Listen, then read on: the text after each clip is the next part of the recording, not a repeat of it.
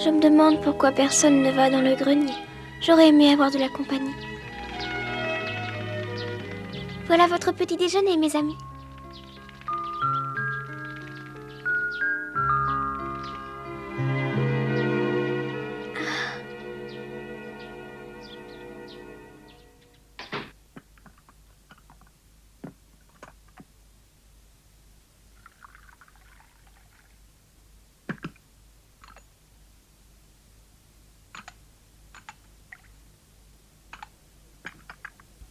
Dites-moi, Sarah, oui? Vous avez vu l'état de rouille dans lequel se trouve notre clôture actuellement?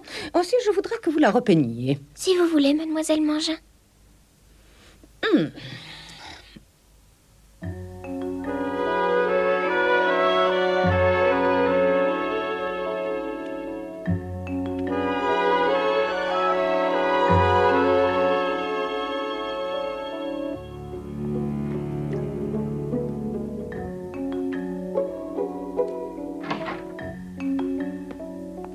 Sarah, je vous cherchais. Quand vous aurez terminé de peindre la grille, est-ce que vous pourriez me repasser ma robe bleue, s'il vous plaît? Bien sûr, mademoiselle Amélia.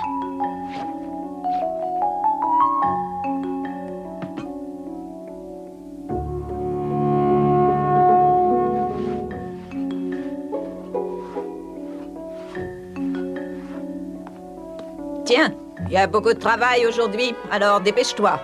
Je me dépêche, madame Marie. Sarah, Oui? dès que tu auras terminé, tu fileras vite au marché. Compris?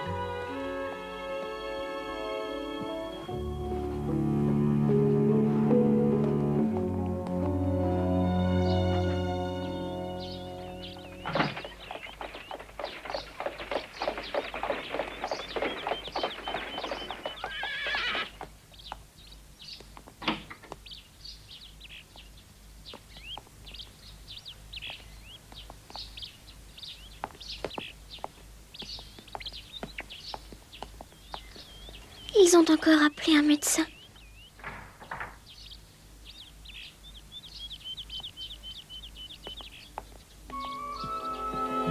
Le nouveau locataire doit être gravement malade.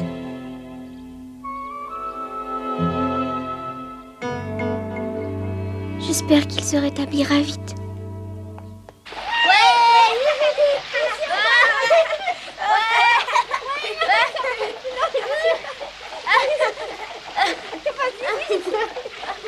Allez, plus vite. Tu vois, Peter, ce qui est bizarre, c'est que le médecin vient tous les jours. Et je n'ai jamais vu les volets des fenêtres ouverts. Ah, je crois que vous avez raison, malheureusement. Ce monsieur doit être sûrement très malade. J'avoue que ça m'inquiète un peu. Tu sais, Peter, je crois que ce monsieur est un célibataire. Et il ne doit avoir personne qui puisse se soutenir moralement. Vois-tu, je pense à mon père. Il est mort tout seul aux Indes sans avoir pu voir et embrasser ses proches. Ne soyez pas triste. Excuse-moi. Ne t'inquiète pas, Peter, ce n'est pas grave. Mais j'espérais que quelqu'un vienne habiter là. Je m'imaginais déjà pouvoir créer des liens d'amitié avec cette personne. Quelqu'un avec qui j'aurais pu bavarder pendant mes moments libres. Quelqu'un qui me tienne compagnie. Car mes seuls compagnons sont les moineaux. Et je ne sais pas chanter comme eux. Je vous comprends, mademoiselle. Depuis le départ de Becky, vous vous retrouvez complètement seule. Personne avec qui parler. Mais toi, tu es là, Peter. Sinon, qu'est-ce que je deviendrais? Vous êtes vraiment sincère. Je sais plus quoi dire.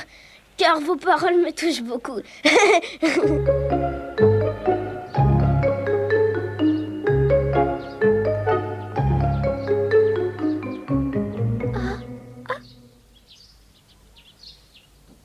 Incroyable, c'est Becky. Bonjour, Becky. Mais qui est-ce qui m'a appelée? Ah, mais c'est vous, mademoiselle Sarah. Vous m'avez fait peur. Si vous saviez comme vous m'avez manqué. Je suis sûre que tu t'es bien amusée. Pourquoi est-ce que tu es déjà revenue? Tu devrais encore être en vacances. Effectivement, je ne devrais pas retravailler si tôt. Mais c'est maman. Elle voulait absolument que je parte pour reprendre plus vite mon travail. Oh, elle ne me l'a pas dit de façon nette, mais elle me l'a fait comprendre. Je sentais que j'étais un poids pour elle, car si je suis à la maison, je ne travaille pas et je ne touche pas ma paye. Pour ma mère, je ne suis rien d'autre qu'une bouche de plus à nourrir. Vous savez, mademoiselle, ma famille est vraiment pauvre, très très pauvre. Je dois les aider. Oui, je comprends, Becky. Pourquoi ne m'as-tu pas écrit pour me prévenir que tu revenais plus tôt, hein? Quand es-tu arrivée à Londres? Il y a environ 1 heure que je suis arrivée à Londres. J'avais un billet jusqu'à King Cross et j'ai fait le reste du trajet à pied. J'ai tellement transpiré que je suis trempée. Il aurait fallu que tu te changes tout de suite, Becky. Oui, c'est ce que j'aurais dû faire. Dis-moi, qu'est-ce qui ne va pas? Je suis très ennuyée, mademoiselle. J'ai l'impression qu'on m'a envoyée en vacances dans un but précis. C'est uniquement parce que toutes les élèves sont parties. Et mademoiselle Mangin ne veut pas nous payer toutes les deux. Mais maintenant que je suis à nouveau de retour, j'appréhende de la voir et d'affronter sa colère. Elle pensera que je représente une dépense inutile. Jusqu'à présent, je n'ai pas encore eu le courage de pousser la porte. Oh, Becky. J'espérais qu'on vous enverrait faire des courses et que je pourrais vous voir en premier. J'ai tellement peur d'entrer toute seule. Tu n'as pas à t'inquiéter, Becky. J'irai parler à mademoiselle Mangin en rentrant. Tu verras, ça ira. Allez, viens. Oh, merci, mademoiselle. Allons, Becky, viens, n'aie pas peur. Oui.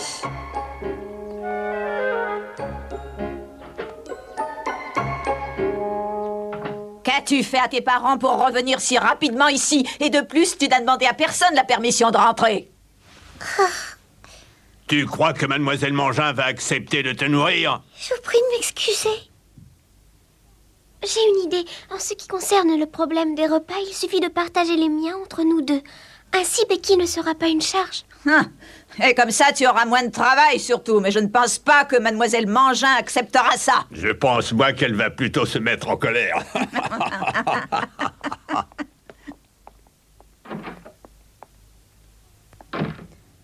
Oh, qu'est-ce que je vais faire? Ne t'inquiète pas, Becky. Courage, ça va aller. Si j'ai bien compris, Becky reprend son travail tout de suite et vous partagez vos repas. Oui, c'est tout à fait ça, mademoiselle Mangin. Mais bien qu'elle soit rentrée plus tôt que prévu, ne la grondez pas. Bon, c'est entendu. Puisque Becky est si pressée de reprendre son travail, je ne vais pas l'en empêcher. Et je lui accorderai même le privilège de prendre ses repas. Mais bien entendu, tu ne toucheras pas d'argent. Et le prix de tes repas sera déduit de ton salaire le mois prochain. Je crois que c'est normal. Oh, tout de même, ma sœur. Maintenant, vous pouvez disposer. Oui, mademoiselle Mangin.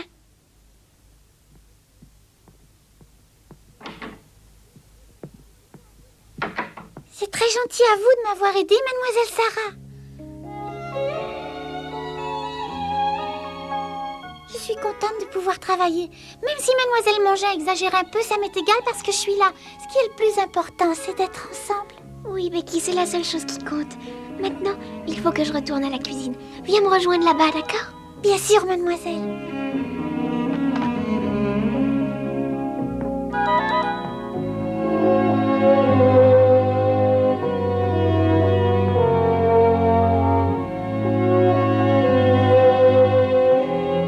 Bonjour César, je suis revenue. Ah, quel paresseux tu fais.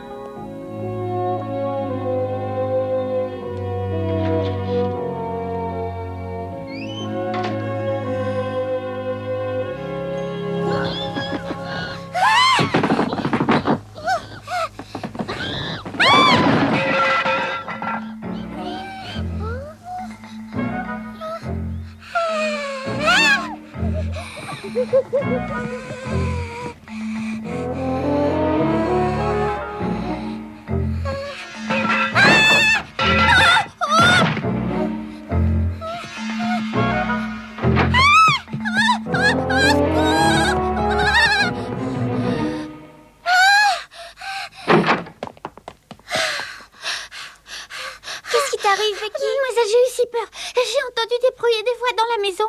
Ces derniers jours, vous n'avez rien entendu? Rien de spécial. Oh, c'est ma faute si tu as eu peur, Becky. J'ai oublié de te prévenir. Dans la maison d'à côté, il y a des locataires qui viennent de s'installer. Il paraît que le monsieur aurait vécu aux ânes. Ce sont des gens qui savent réveiller les esprits diaboliques. Les esprits diaboliques? Tout à l'heure, quand je suis allée porter mes bagages dans ma chambre, j'ai entendu des hurlements bizarres, inhumains. Je sais pas comment les décrire. Tu dis des hurlements inhumains? C'était à peu près ça. Tu es bien certaine de ça? Bien sûr. Enfin, c'était pas exactement le cri que je viens de faire, mais croyez-moi, le son que j'ai entendu n'était pas un son humain. J'ai eu tellement peur que je suis mise à trembler aussitôt. Allons voir dans le grenier. Tu n'es pas curieuse de savoir? Oh non, n'y allez pas, mademoiselle. On ne sait jamais, c'est peut-être dangereux. N'y allez pas, mademoiselle.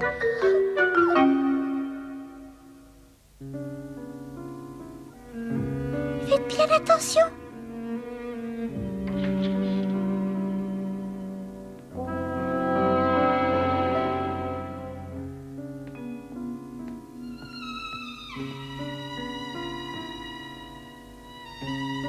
Qu'avez-vous vu?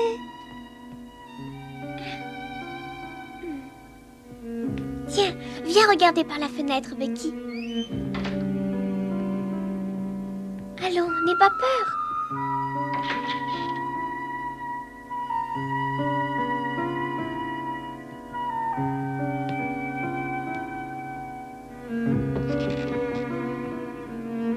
Viens, Becky, n'aie pas peur. Allez, viens. Oh non, je vous en prie, j'ai pas envie de regarder. Je t'en prie, Becky, viens. N'aie pas peur.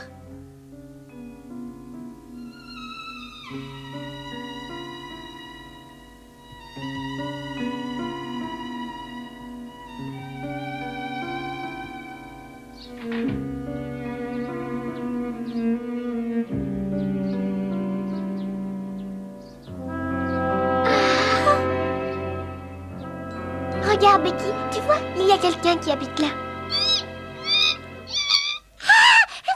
C'est exactement le cri que j'ai entendu. Ouais, c'est ça. Oh. Tu vois ce qu'il y a là-bas?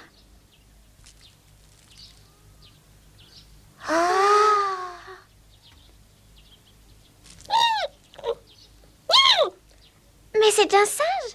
Et dire que j'ai eu si peur pour un singe, quelle idiote. Soulia! Soulia!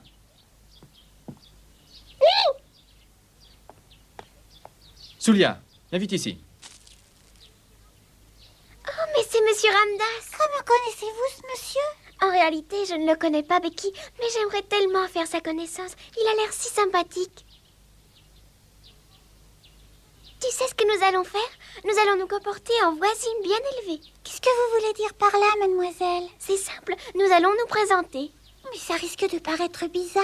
Oh, mais pas du tout. C'est le signe d'une bonne éducation. Bonjour, Monsieur Ramdas. Hein? Ah, bonjour, mesdemoiselles. Oh. Ah. Ah. Allez, viens, Soulia. Soulia, viens vite. Ah, arrête. Oh. Il va tomber, regardez. Soulia.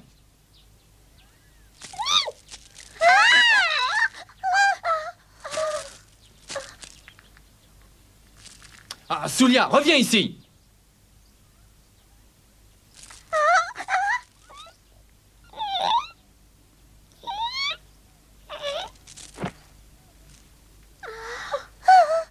Soulia. Soulia, mais qu'est-ce que tu fais, Soulia?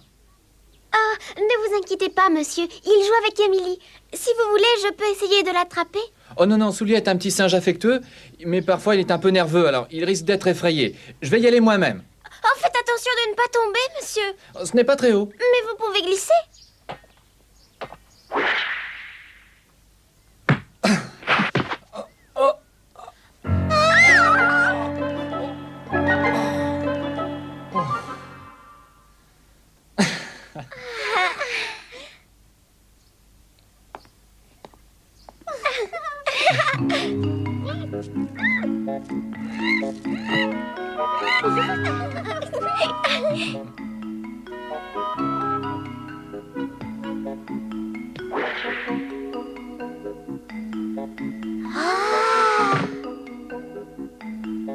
Soulia, viens par ici, ça suffit, reviens.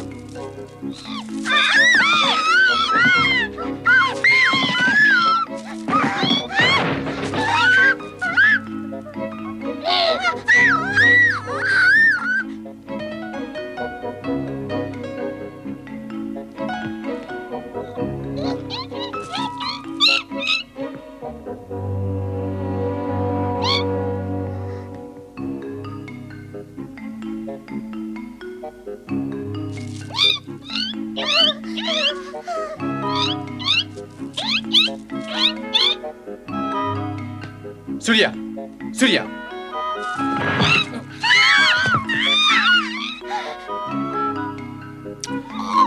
Reviens, Soulia. Oh, il est parti. Savez-vous ce qu'il y a dans la pièce qui se trouve juste à côté? Oh oui, bien sûr. C'est la chambre de Becky.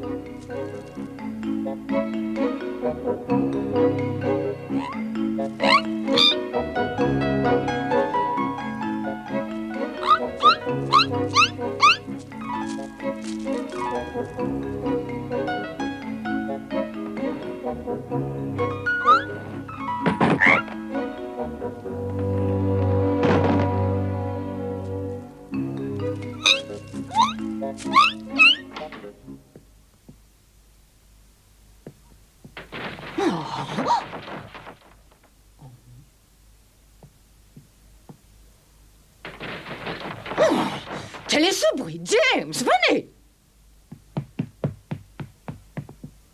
Qu'y a-t-il, mademoiselle Mangin? J'ai l'impression que César court après des souris dans les chambres là-haut. Allez voir ce qui se passe. Oui, j'y vais tout de suite.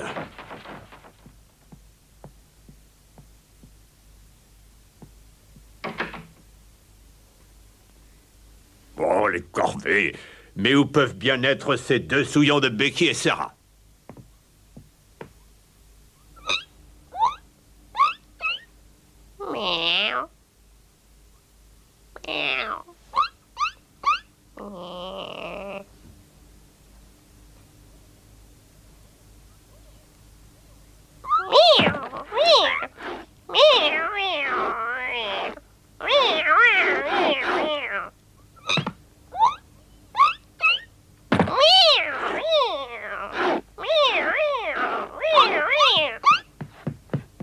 Oh. Te voilà, sale matou. Oh, arrête de miauler.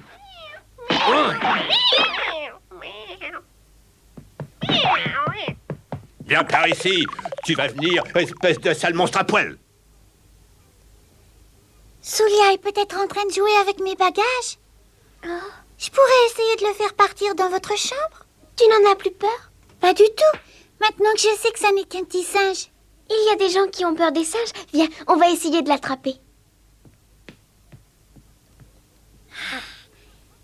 N'aie pas peur, Soulia. On vient de chercher.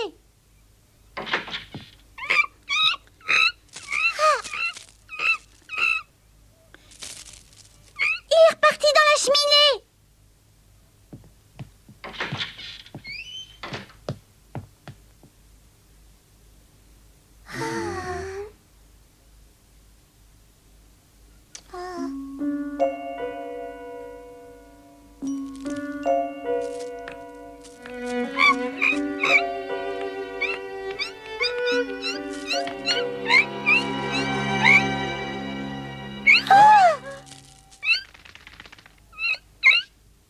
Allez, viens par ici.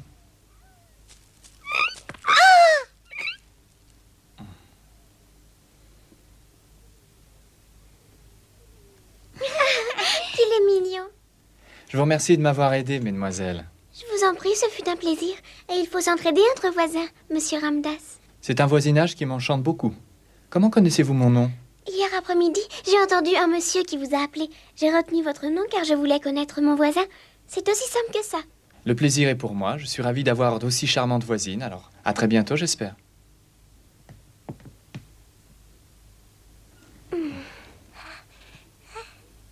Je vous prie de m'excuser, mais je dois partir maintenant. Transmettez mes meilleures pensées à votre maître.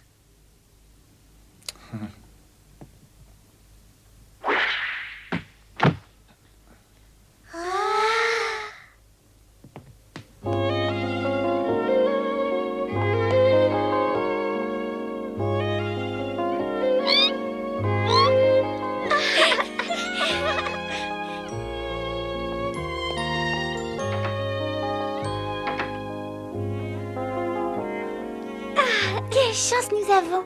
Notre voisin est un monsieur vraiment courtois et sympathique. C'est également ce à quoi je pensais. Sarah? Becky? Oh! Qu'est-ce que vous faites sur cette table? Je ne crois pas que mademoiselle Mangin vous paye pour admirer le paysage. Au travail, c'est l'heure de préparer les repas. Oui, Madame Marie.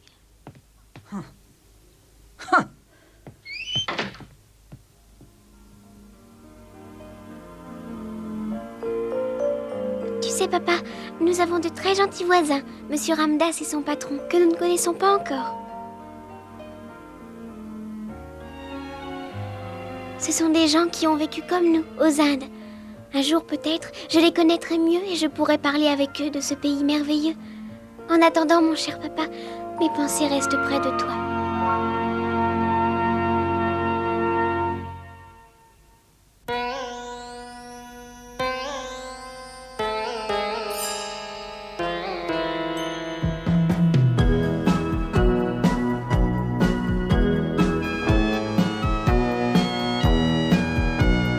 Princesse Sarah, mignonne petite fille.